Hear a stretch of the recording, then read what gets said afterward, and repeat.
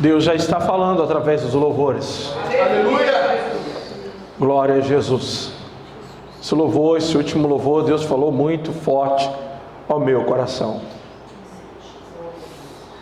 Todas as vezes a gente precisa sair da nossa tenda, do nosso ambiente de casa, onde muitos problemas estão acontecendo, para buscar a Deus, sair por lá de fora, reparar a natureza, olhar o céu, o universo, para que assim a gente possa ter uma visão diferenciada de Deus, porque às vezes de dentro da nossa tenda, de dentro do nosso lar, a gente não está conseguindo enxergar as promessas de Deus. Então Deus, percebendo isso na vida de Abraão, Deus falou para Abraão: sai da sua tenda, sai para fora, dá uma olhada para as estrelas. Às vezes a gente precisa sair um pouco do ambiente familiar, de onde os problemas estão acontecendo, e buscar a Deus retirado em um certo lugar para ouvirmos as promessas dele. Amém, queridos? Amém. Amém, queridos? Amém! Curve sua cabeça, Pai, em nome de Jesus. Sinto sua presença nesse lugar. Aleluia! E há muito tempo, desde este seminário que tivemos na semana passada, das 4 naturezas do louvor, eu vinha esquecendo e concebendo o ato que o Senhor começaria a falar na hora da pregação. Mas voltei a me lembrar que o Senhor fala desde que quando o culto começa e os louvores são tocados, e hoje eu já ouvi a sua voz poderosamente através desse último louvor. O Senhor fala o tempo todo e tem ministrado a vida da igreja.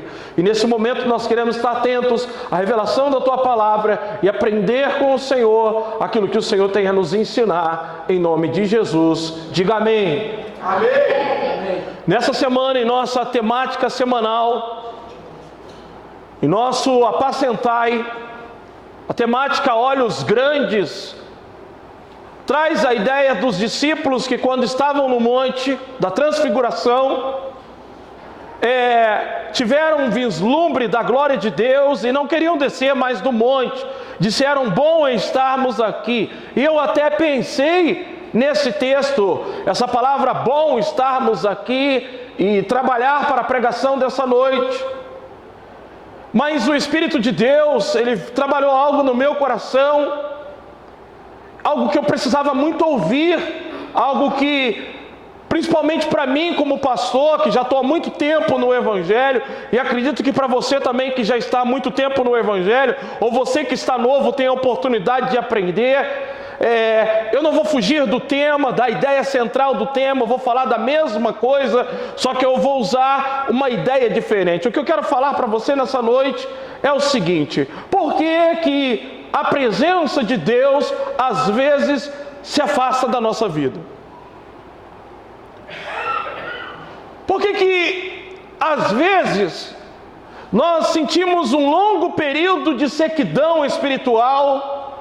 E quando eu falo um longo período, eu entendo que eu estou conversando com algumas pessoas que, se não tiveram, vão ter experiências com Deus, como eu tive no começo da minha caminhada. No começo da minha caminhada, queridos, eu pensava assim: Deus fala comigo em sonho, e de noite Deus falava comigo em sonho. Deus usa alguém para falar comigo, e Deus usava alguém para falar comigo. Deus me acorda de madrugada e me renova, e Deus me renovava. E a presença de Deus era algo assim constante. Coisas iam acontecendo que iam me empolgando muito, me renovando. O sobrenatural era constante. Durante muito tempo eu vivi isso na minha vida. Eu vou falar uma coisa que talvez vai chocar você. Nós aprendemos que a presença de Deus se afasta quando há pecado. Quando eu e você pecamos, Deus então chateia e Ele se afasta de nós. E eu quero contrariar essa ideia e talvez chocar você e dizer para você que a maioria das vezes, a maior presença de Deus na nossa vida é quando estamos no pecado. Eu vou repetir isso. Na maioria das vezes, Deus se faz mais presente, com uma presença muito maior, com uma ação muito maior quando estamos no pecado. E o que aprendemos é que quando pecamos, Deus se afasta de nós. Mas hoje eu quero mostrar para você que o motivo de Deus se afastar de nós e de Ele se ausentar ao ponto de às vezes nós sentirmos que até nos sentir ateu, até duvidar da palavra. Oramos, mas não com tanto vigor. Passamos um tempo de sequidão espiritual, onde a gente fica religioso, frequenta culto, a gente quer encontrar o primeiro amor, mas não consegue. A gente sente que a nossa vida não está como estava antes. Esse tempo de sequidão e de deserto, onde Deus se retira realmente. E a gente imagina que é pecado. A gente colocou na nossa cabeça que Deus, quando eu e você estamos em pecado, Ele fica embirrado e Ele vai embora. E Ele só volta quando a gente começa a fazer tudo certo. E isso contraria a palavra, porque vivemos no tempo da graça. Deus não se relaciona conosco por causa de uma boa vida ativa ou disciplinada, mas é mediante o seu Filho, o seu amor, a sua graça, a sua misericórdia nos alcançou.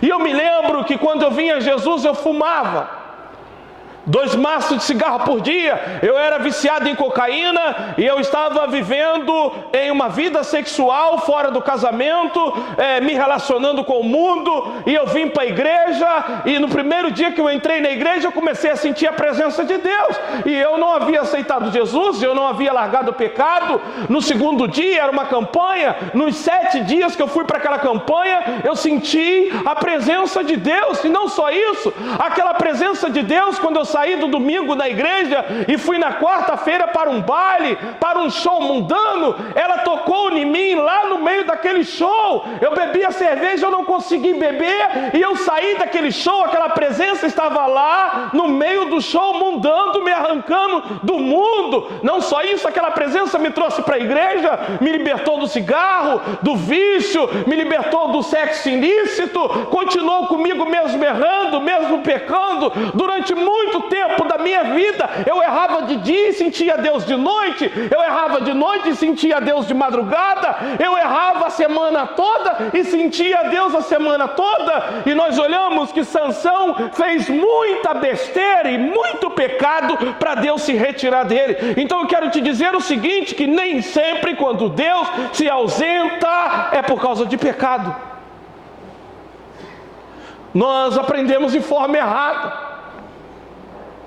Nós pensamos que Deus, Ele vive um relacionamento conosco do tempo da lei. No tempo da lei era assim, se o homem não cumprisse a lei, Deus não tinha compromisso com o homem. Mas nós vivemos no tempo da graça, aonde a Bíblia diz que Deus nos deu o seu Espírito, e Ele colocou o Espírito em nós, porque Ele sabe que somos carnais e não conseguimos obedecer à lei dEle, e que sem Ele não podemos nada. Isso é tão real.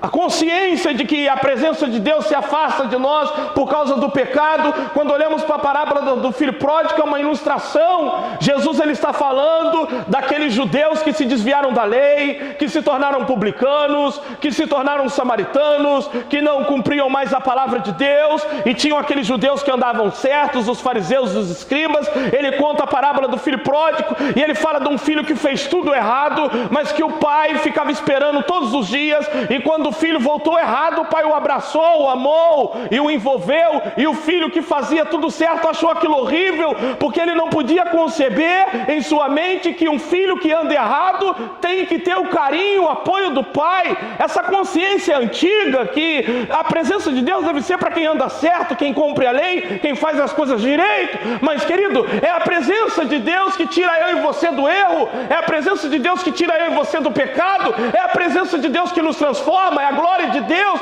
é Deus da nossa vida. Não é nossos esforços, não é nosso jejum, é quando Ele vem apesar de nós, mesmo quando estamos errados, e Ele nos toca, e o amor dEle nos constrange.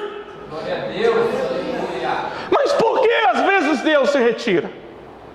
Porque às vezes, e muitas das vezes é propositalmente.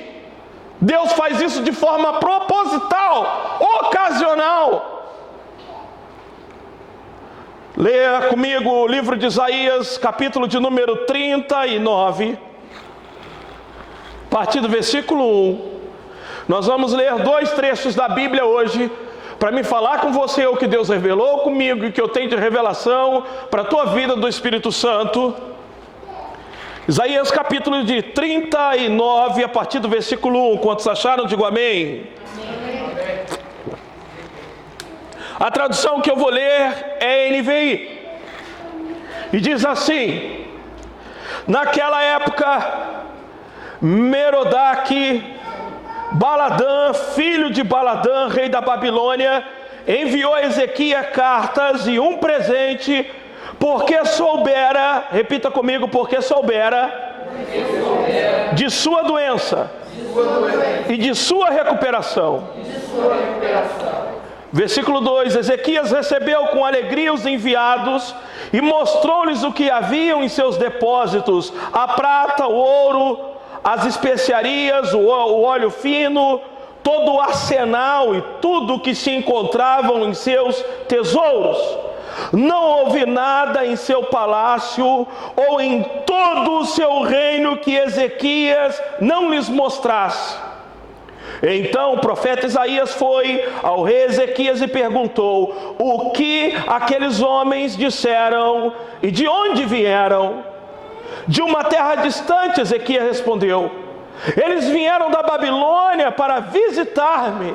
O profeta perguntou: o que eles viram em seu palácio? Ezequias respondeu: viram tudo o que há em meu palácio. Não há nada em meus tesouros que não lhe tenha mostrado.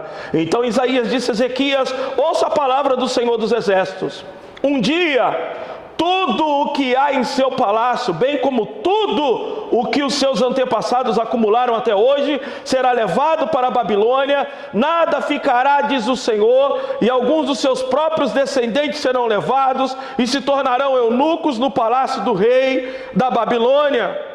Versículo 8: é boa a palavra do Senhor que você falou. Ezequias respondeu: pois pensou, haverá paz e segurança enquanto eu viver. Eu vou até não comentar essa parte para não tirar a ideia do que eu quero trabalhar com vocês.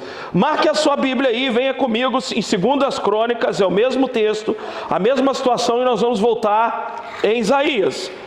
Mas vem em 2 Crônicas, capítulo de número 32, versículo de número 31. Quantos acharam? Digam amém. 2 Crônicas, capítulo 32, versículo 31. Mas, quando os governadores da Babilônia enviaram uma delegação para perguntar-lhe, veja bem, para perguntar o que, irmão? Acerca do sinal miraculoso que havia ocorrido no país, Deus o deixou para prová-lo e para saber tudo o que havia em seu coração. Olha, eu vou ler isso aqui é muito precioso para a nossa vida cristã. Veja, mas quando os governantes da Babilônia enviaram uma delegação para fazer o que, irmãos? Com qual objetivo o governador da Babilônia enviou uma delegação? Perguntaram a respeito do milagre. Foi para isso ou não foi? É isso que eles queriam saber. Então o texto diz, veja bem, eles queriam saber do milagre. E aí o texto diz que Deus o deixou para prová-lo e para saber tudo que estava em seu coração. Deus o deixou. Bom, voltando aqui para o capítulo 39, você vai ver que um capítulo anterior, eu não vou ler todo o capítulo, Ezequias ele é curado de uma doença mortal. Todo mundo conhece esse texto. O Senhor falou para ele: arruma a tua casa que você vai morrer. E a Bíblia diz que ele orou, ele chorou, e ele buscou a Deus, e Deus mandou o profeta Isaías voltar e dizer: você vai ter mais 15 anos de vida. E quando você lê todo o capítulo de número 38, você vai ver Ezequias fazendo um louvor, dizendo: olha, o Senhor é tudo para mim, o Senhor é maravilhoso, o Senhor é bondoso. E olha, deixa eu te falar uma coisa, Ezequias foi um dos reis mais ilustres de Israel, que buscou a Deus e agradou a Deus. Eu não estou falando de uma pessoa que andou errado. Não olhe só esse momento. Existem muitos feitos. Foi um dos reis que mais fizeram para agradar a Deus em Israel. Foi o rei Ezequias. Isso aqui é um deslize dele. Não podemos julgá-lo e condená-lo e vê-lo como um rei ruim, mas temos algo a aprender com a vida de Ezequias. Algo muito interessante para nossas vidas. Meus queridos irmãos, deixa eu te falar uma coisa. Eu não creio na teologia da prosperidade, mas creio na prosperidade da teologia. O que eu quero dizer é que é difícil um cristão não prosperar, não só pela questão de Deus o abençoar. Não estou ligando essa prosperidade diretamente à bênção de Deus, mas eu estou ligando isso à maturidade, às ministrações, à sabedoria que vai se adquirindo, o controle emocional, o domínio próprio, vai se tendo entendimento de como gastar, vai se tendo entendimento de como administrar, vai se controlando os impulsos carnais, vai aprendendo a viver simples. Então, não é difícil um cristão melhorar de vida financeira na presença de Deus, recorrente de aprender a viver uma vida íntegra, correta, administrar bem a sua vida. Todo cristão prospera. Isso é tão interessante que eu fui visitar lá em Moçambique, lá em Burkina Faso, o 10º país mais miserável do mundo, onde tudo depende de importação. O país não fabrica nada, o país não produz nada, tudo tem que vir de fora. Eu visitei a igreja em um dos vilages, onde não tinha banheiro, não tinha construção e não tinha poço, e lá no meio do deserto a igreja está prosperando. Tem poço, tem construção que não tinha, e os banheiros estão sendo construídos. É inevitável, a gente percebe que quem anda com Deus e quem serve a Deus vai ter uma mudança de vida financeira, sim, vai prosperar. Você é testemunha disso. Você que está aqui sabe disso. Você pode testemunhar que uma vez que você veio servir o Senhor, coisas começaram a mudar no seu lar, na sua vida financeira, na sua forma de pensar. É inevitável. E a Bíblia diz que no relacionamento de Ezequias e Deus, ele prosperou muito, ele adquiriu muitos bens. Glória a Deus. Agora, irmãos, Ezequias ele passa por algo que eu e você podemos estar passando. Se você não está passando, pelo menos eu tenho vivido isso na minha vida. Já por algum tempo, eu venho perguntando a Deus aonde foi parar a minha paixão de buscá-lo pela madrugada, a minha paixão de ler a Bíblia não para pregar, mas para conhecê-lo, a minha paixão pelas almas, a minha paixão pelas manifestações. Eu tinha tanto desejo de ter um monte de visão do céu, de orar por libertação de almas, de conversão, de dons espirituais, de ver pessoas batizadas com o Espírito Santo, de fazer cruzadas evangelísticas pelo Brasil. E de um tempo para cá, ou há muito tempo, essas coisas sumiram do meu coração, e alguns dons espirituais que eu recebi de Deus no começo da minha caminhada, eles nem se manifestam mais, e eu venho indagando a Deus o porquê disso. E tem mais, eu vivo um período da minha vida que eu sinto Deus longe, distante, mesmo sendo pastor, mesmo construindo igreja,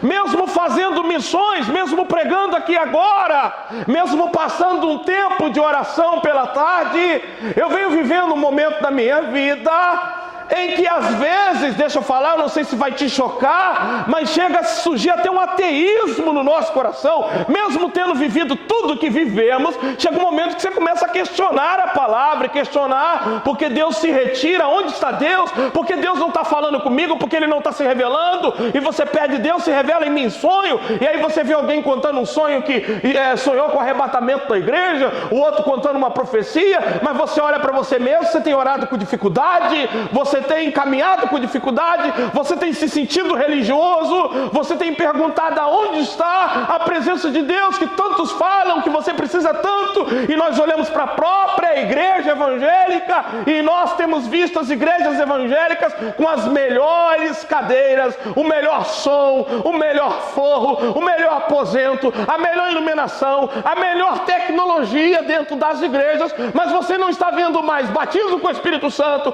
arrependimento, manifestação de dons, cura divina, milagres. Você não está vendo mais isso acontecer. Agora, pasme, também parece que não está se fazendo falta. Já existe a teologia reformada Nós somos pentecostais, aonde diz que isso não é mais para os nossos dias. Foi para o tempo dos apóstolos. Então nessas igrejas não há nem espaço mais para manifestações sobrenaturais de Deus.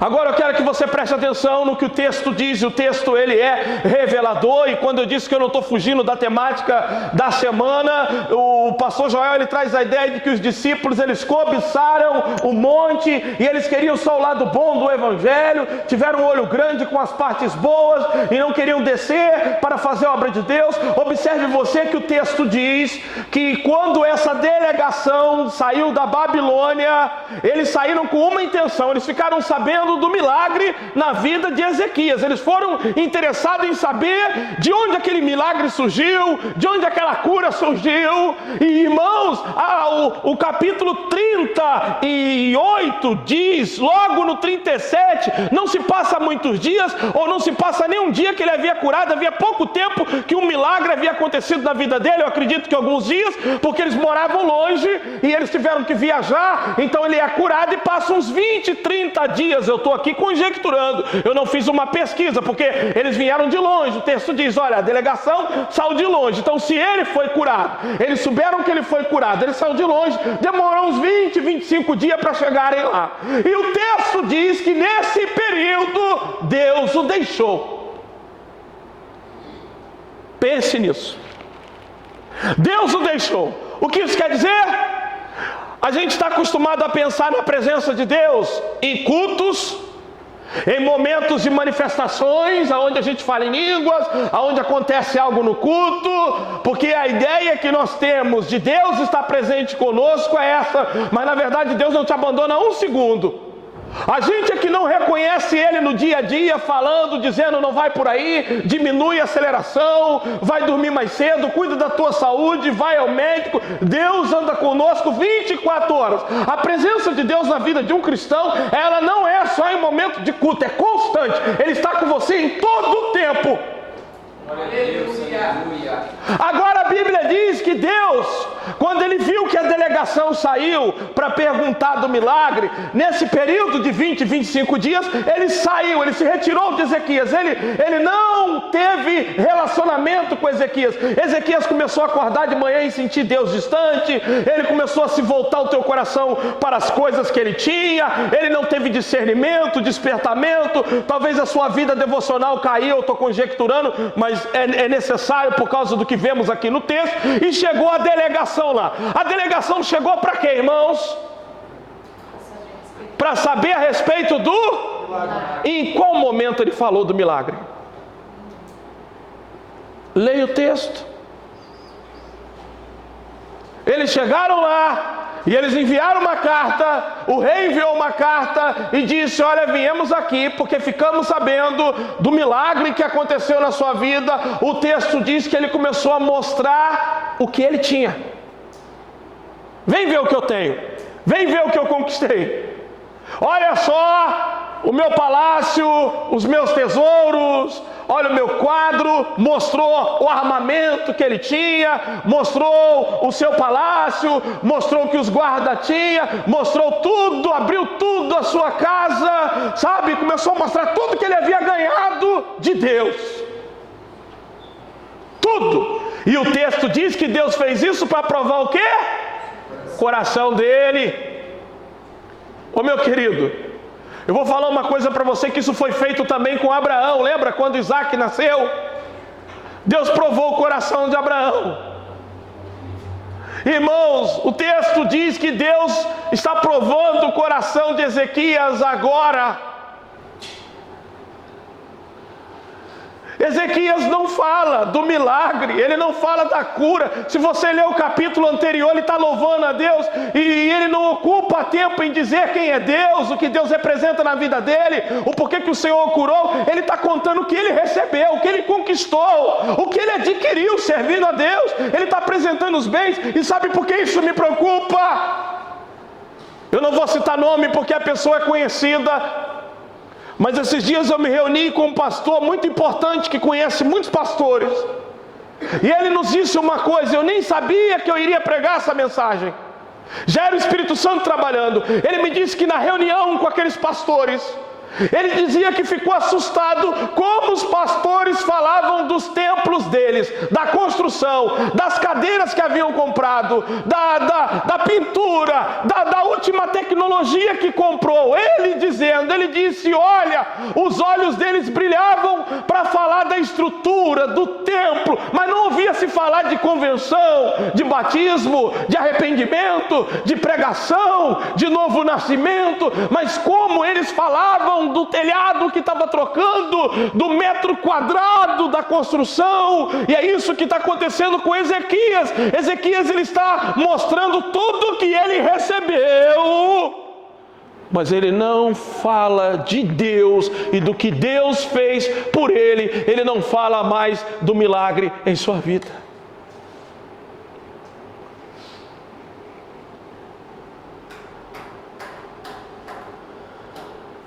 Quando a gente é novo convertido, a gente fala todo o tempo de Deus, do amor de Deus, daquilo que Deus fez por nós, da salvação, do quanto Ele é importante, da presença dEle. Só que o tempo vem passando e a gente vai adquirindo coisas advinda deste relacionamento.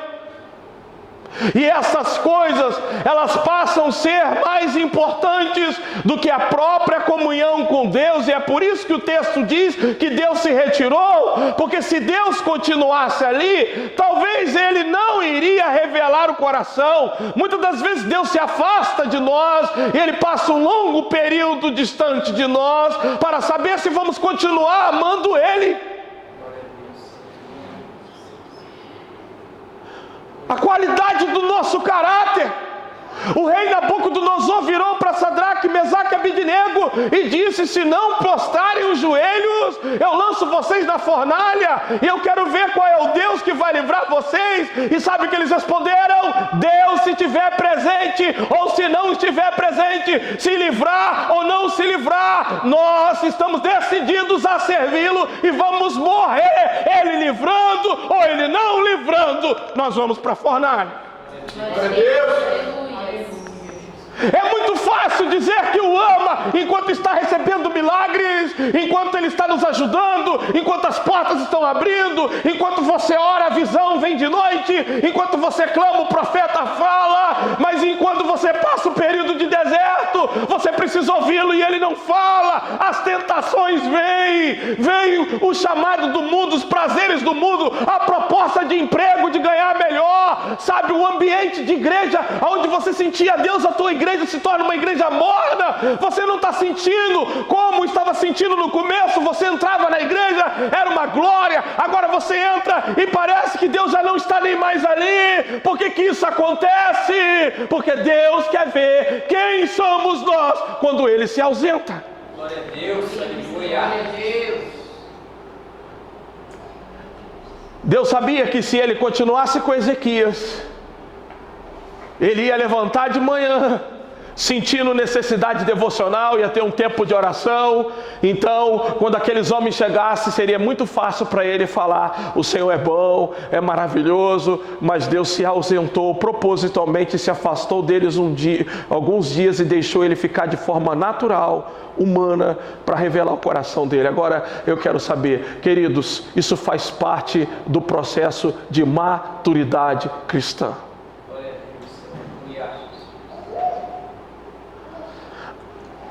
Percebe? Recebe a cura. 20 dias depois, ele não fala mais da cura. Sabe, a gente vai tornando as coisas de Deus comum na nossa vida. Você sabia disso? A gente vai tornando a Bíblia comum. Eu já falei em um vídeo que quando eu comprei a minha primeira Bíblia de estudo pentecostal, eu fiquei maravilhado. Eu paguei na época R$80.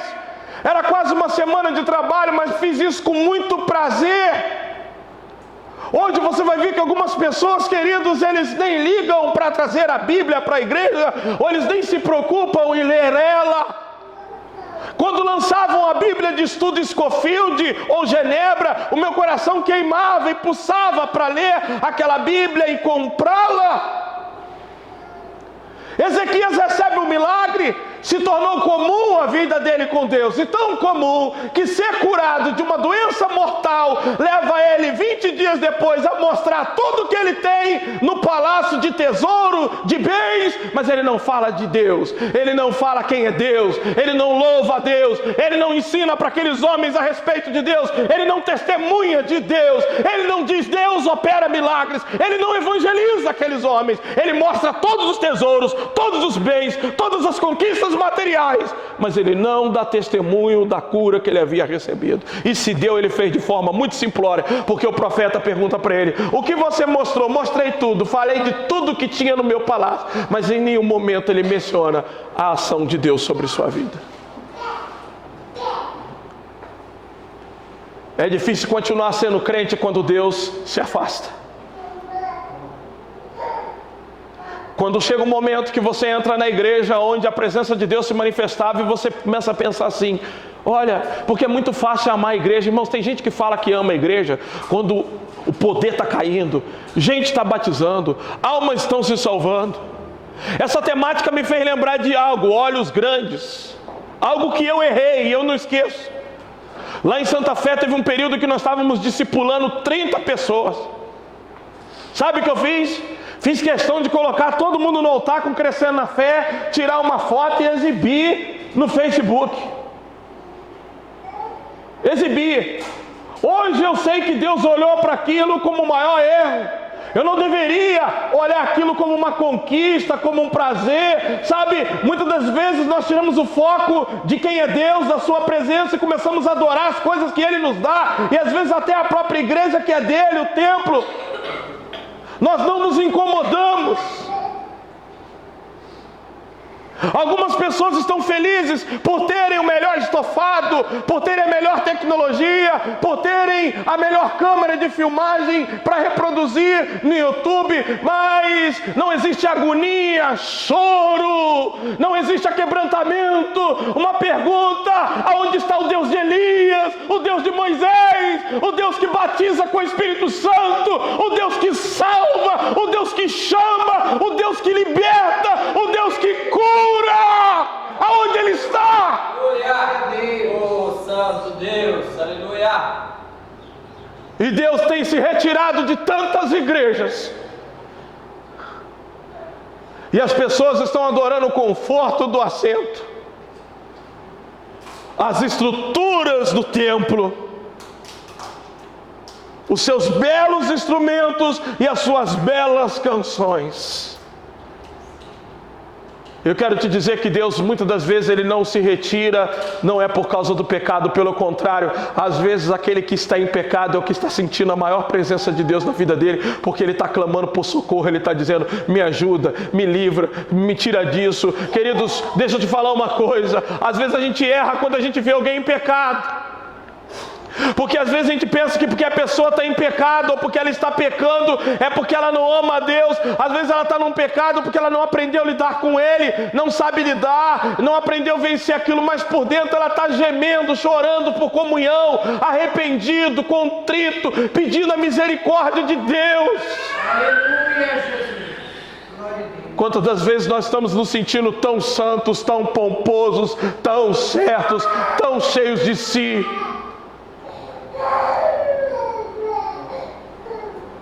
Dificilmente Deus se retira por causa de pecado. Pelo contrário, é o ambiente onde Ele se manifesta para Ele trazer restauração e cura. Muitas das vezes Deus se retira quando Ele percebe que as coisas dele estão tendo mais valor do que Ele. O texto diz que Deus quis provar o coração de Ezequias. Por isso que você vê que tem gente que muda de igreja constantemente. Porque ele diz que ama a igreja. Eu amo a minha igreja. Quando a igreja está passando aquele momento de salvação, gente está se arrependendo, gente está sendo salva. Mas quando a igreja passa a suportar o tempo que a igreja tem, esse tempo, o tempo de poda, de crise, de ataque do diabo, de vento, você vê alguns dizendo: já não é igual era, Deus não está aqui, o pastor está sem unção, eu não sinto Deus como antigamente. E ele vai para outro lugar. Agora ele não sabe que o caráter dele está sendo testado. Ele não sabe que o caráter dele está sendo testado.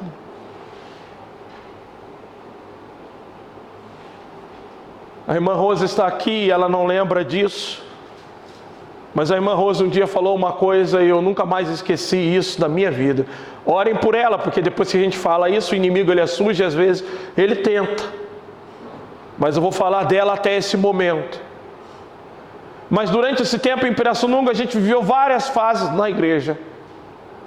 Um dia ela virou para mim, e mesmo em tantas fases que vivemos e problemas, ela disse: eu não saio daqui, esse é o meu lugar, é onde Deus me colocou, tanto ruim ou bom, aqui eu fico, e aqui ela está.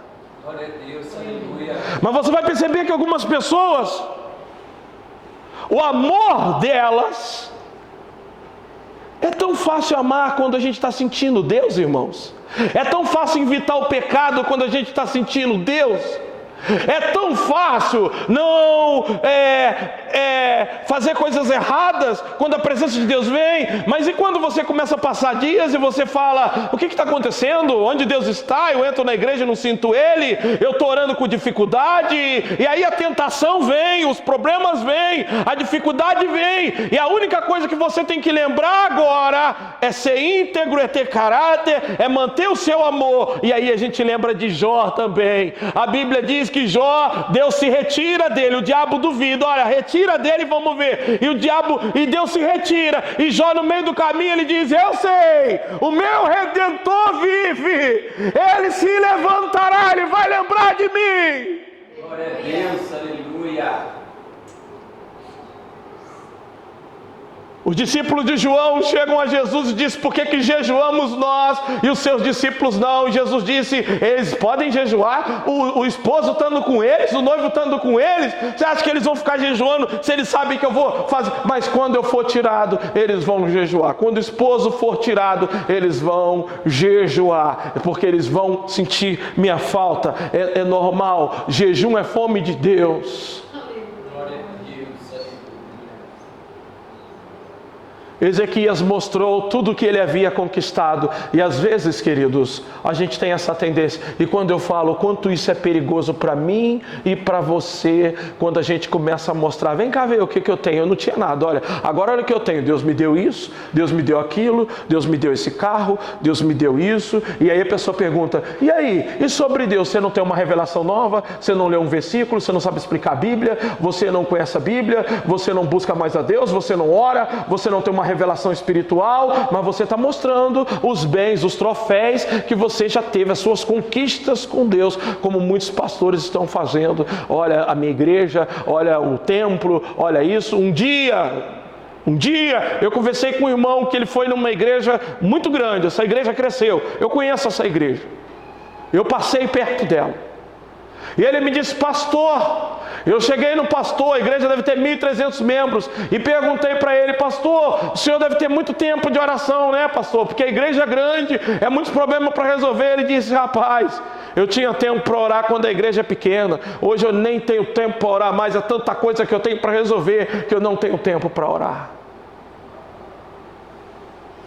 É tão fácil a gente começar a amar mais aquilo que Deus está nos dando, essa cadeira confortável. Eu me assento aqui, está tão bom, já não era como antes, como era ali atrás, né, irmãos? Lembra como era ali atrás? Ventilador, barulho de ventilador, apertadinho. O banheiro não era tão legal, mas havia uma coisa diferente. Eu ouvi os irmãos dizer, pelo menos antigamente o Carlos dizer, mesmo quando tinha mato aqui, quando ainda não era chão de terra, a glória se manifestava, havia fome, a presença de Deus se revelava, o Senhor se manifestava poderosamente. E tinha muita gente em pecado.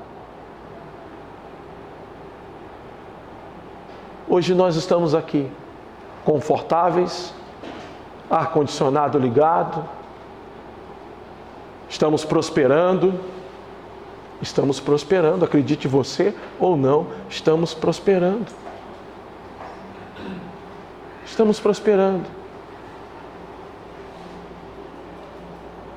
Mas será que dentro de nós está havendo uma revolta em dizer: não, Deus, não está legal assim. Essa cadeira não me satisfaz. Esse templo não me satisfaz.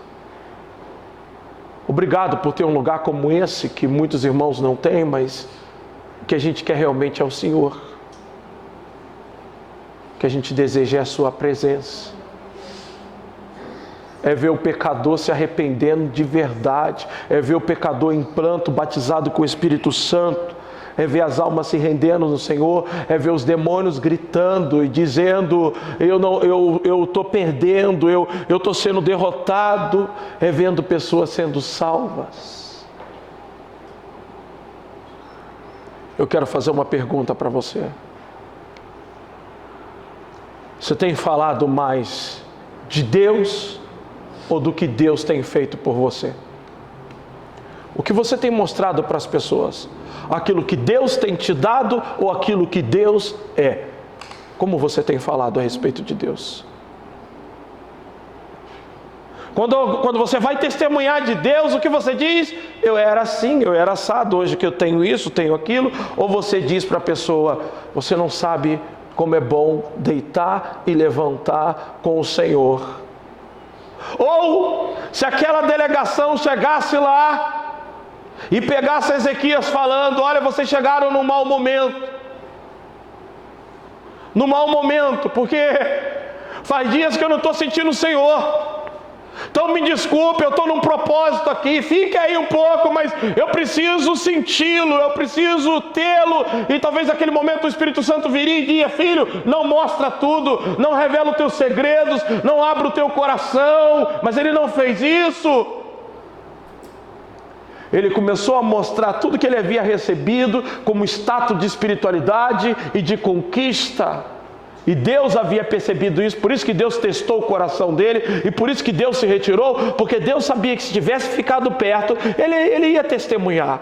É muito fácil testemunhar quando Deus está perto. É muito fácil você falar que é crente quando você está debaixo do poder de Deus. Quero ver quando você estiver na prisão igual Paulo, no naufrágio como Paulo, depois de tomar pedradas como Paulo. Continuar crente, continuar amando, continuar fiel à sua igreja, trabalhando com o mesmo afinco, mesmo não sentindo mais nada e não vendo mais nada, porque Deus faz isso para testar o nosso caráter, para revelar a nossa verdadeira intenção, o nosso verdadeiro amor.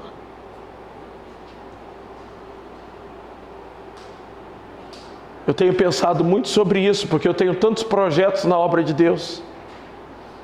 Eu tenho tantas ideias.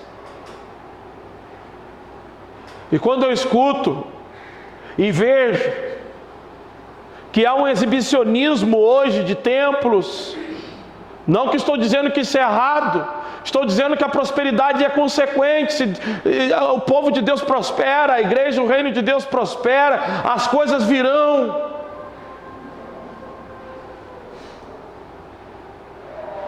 Mas será que sentimos falta dele? Será que sentimos falta dele? Deus olha para o Ismael e via que o Ismael, antes de ter a Ana Paula, vivia aqui na igreja com o Jobson chorando, buscando: eu quero a presença de Deus. Aí talvez chega a Ana Paula, que é de Deus, eu não estou dizendo que é de Deus, porque Deus está dando, mas Deus começa a perceber: o meu filho já não está me buscando mais. Já é o segundo culto, hein? O segundo, hein? Meu Deus, olha lá, nem me busca mais, é só eu vou namorar, eu tenho que namorar, é dia de namoro. Deus vai ver no nosso coração. Aconteceu comigo quando eu conheci a Fernanda, aconteceu comigo tantas vezes eu me perdi com as coisas de Deus, tantas vezes Deus se retirou e eu me senti seco.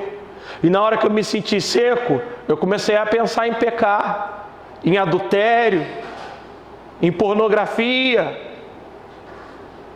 Pensar em tanta coisa que normalmente com a presença de Deus a gente não pensa. Agora, quando é que você vai saber que você é um cristão, que ama Deus, que é fiel? E quando é íntegro? Não é quando Deus estiver perto de você, é quando Deus se afastar.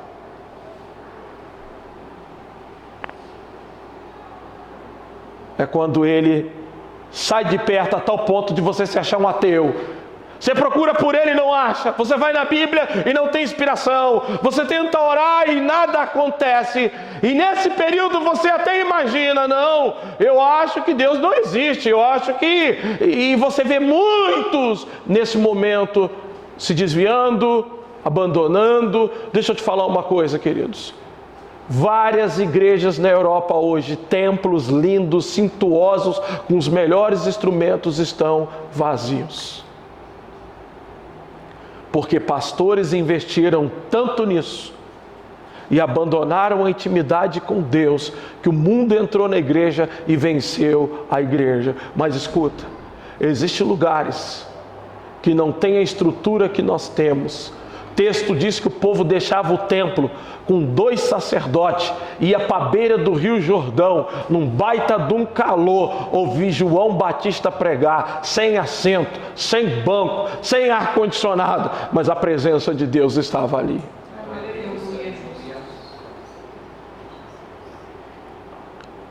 Você percebe? Olha o meu tesouro, olha o meu palácio, mas os caras foram lá para saber do quê? Do milagre.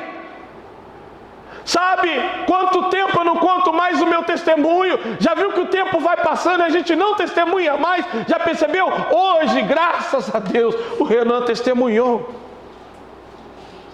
Mas faz 5 anos que eu estou nessa igreja que eu não escutei isso.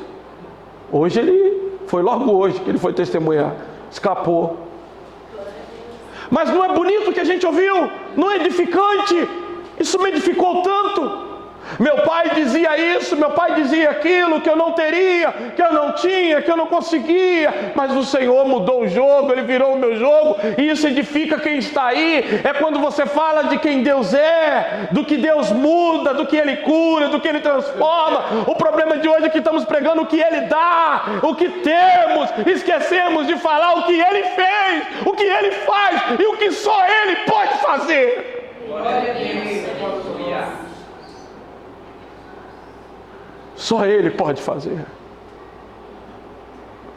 E a pergunta que eu quero trazer hoje para mim e para você é: estamos falando do que Deus nos deu, do que Ele nos abençoou, ou do que Ele é para nós, do que Ele representa?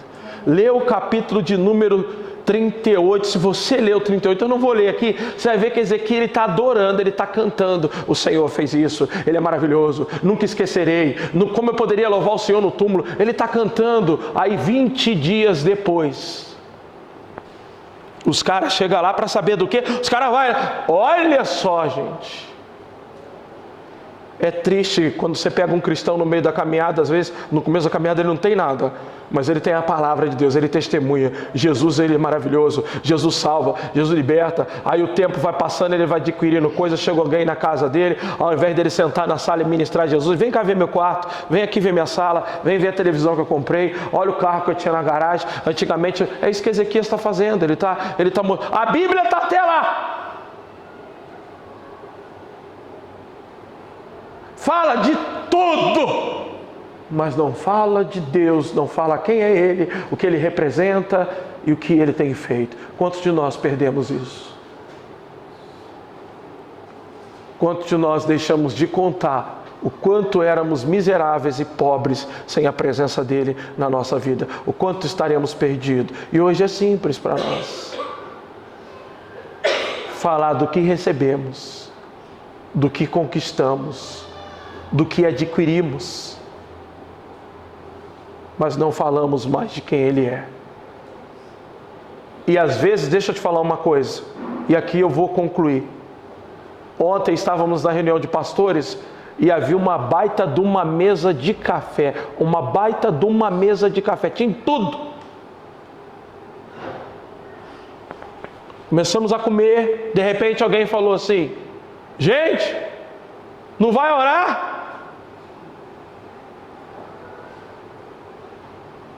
Está entendendo? A gente nem ora mais para agradecer, porque virou comum. E aquilo me chamou tanta atenção. Não vai orar? Aí alguém com a boca cheia, amém, abençoa, ora, porque começou a ser comum para a gente ter comida na mesa, ser comum a gente ter as coisas, sabe? Quando a gente faz a compra lá em casa, a Fernanda, ela faz questão de orar antes de guardar. Ela diz, vamos orar e agradecer a Deus. Eu não sei se vocês fazem isso, têm esse hábito, mas não guardamos as compras sem antes orar e agradecer a Deus. Não colocamos para dentro, não fazemos isso. Mas às vezes eu me pego comendo sem dar graças. Às vezes eu entro na igreja e não dobro o joelho para orar, eu já venho direto para o altar. Às vezes alguém tem que me lembrar, não vai orar, pastor? Porque a gente vai tornando comum.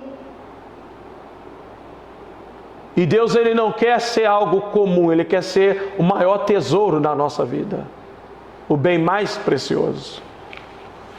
Nós poderíamos ouvir, Ezequias testemunhou o milagre, e Ezequias evangelizou, Ezequias, sabe o que o texto diz? Ele mostrou todos os tesouros, aí o profeta diz, porque você fez isso? Eles vão invadir aqui mais tarde, e vai levar tudo que você tem, inclusive até o que seus pais conquistaram. Você sabe o que ele disse? Não é no meu tempo mesmo, não é enquanto eu estou vivo, o problema é de quem vai vir.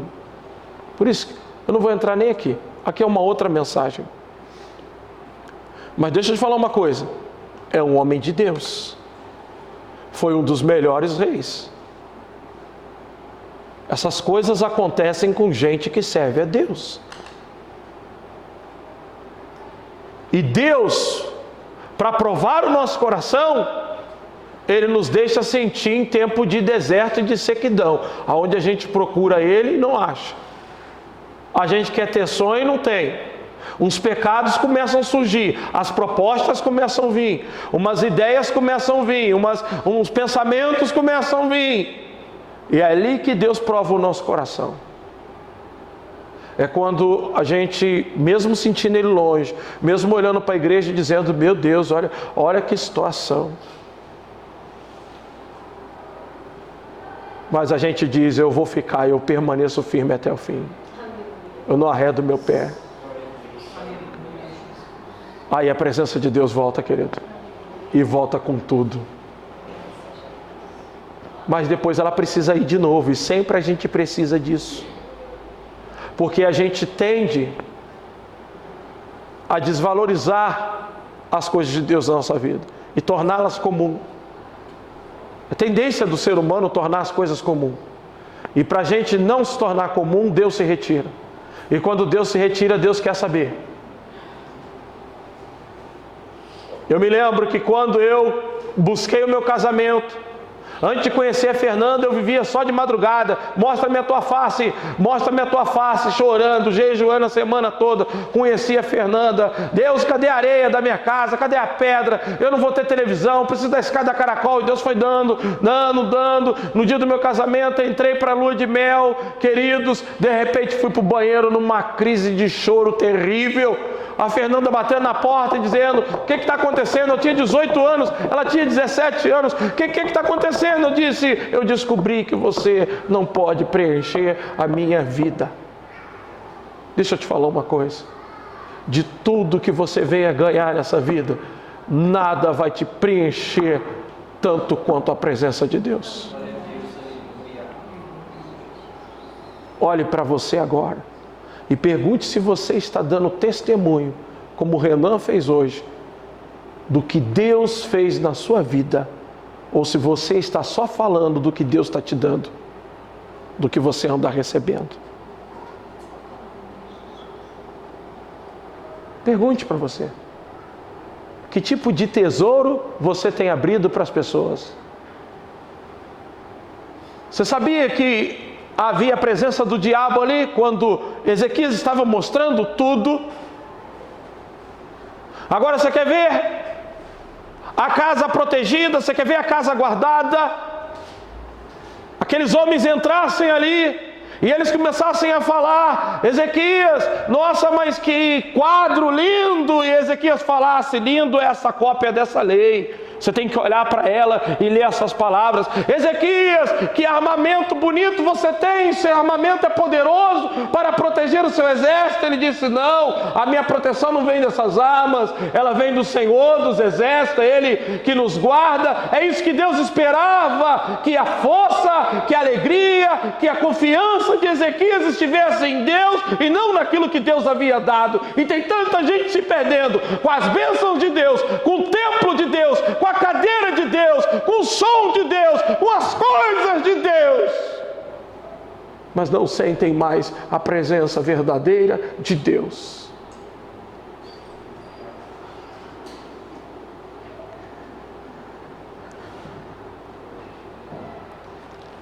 Do que você mais tem falado na sua vida? Você ainda conta o seu testemunho? Você ainda testemunha quem você era? E como o Senhor te resgatou? Sabe, hoje eu orei a Deus e disse, não manda a sua presença para mim não, Senhor. Não manda a sua presença para mim não. Eu não quero que o Senhor mande ela agora. Antigamente eu ficava pedindo toda hora, me dá a tua presença, me dá a tua presença.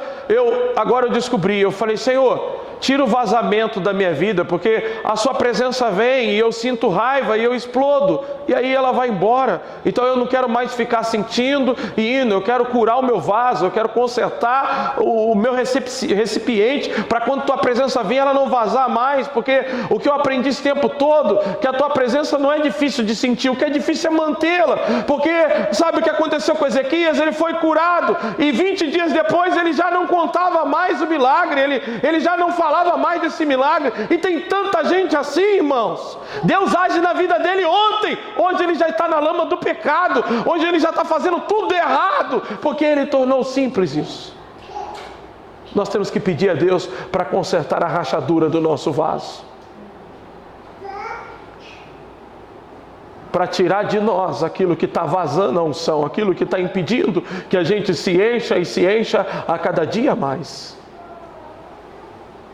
Hoje eu entendo que não é a falta da presença de Deus. Hoje eu entendo que é falta de estrutura em mim para manter essa presença. O que aconteceu com os discípulos quando Jesus morreu? Vocês lembram? Eles voltaram para a vida antiga, voltaram para a pesca. Jesus já havia falado, vocês vão ser pescadores de homens, já havia tirado eles, mas quando Jesus morreu e se ausentou, eles se voltaram para a pesca, eles voltaram para a vida normal que eles levavam antes.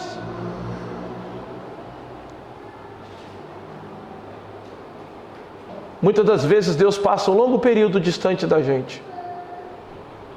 Muitas das vezes Deus tira a presença dele pelo longo período de dentro da igreja, para saber o que está no nosso coração. Fique de pé nesse momento. Oh, como eu sinto Deus nesse lugar. Como eu sinto Deus nesse lugar.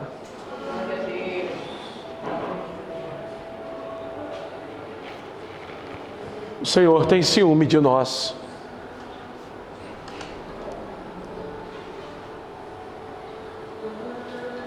O Senhor tem ciúme de você. Sabe, Deus pode ter colocado alguém abençoado do teu lado, Dani, como Jobson. Mas Ele fez isso porque Ele ama você, porque Ele quer ter relacionamento com você.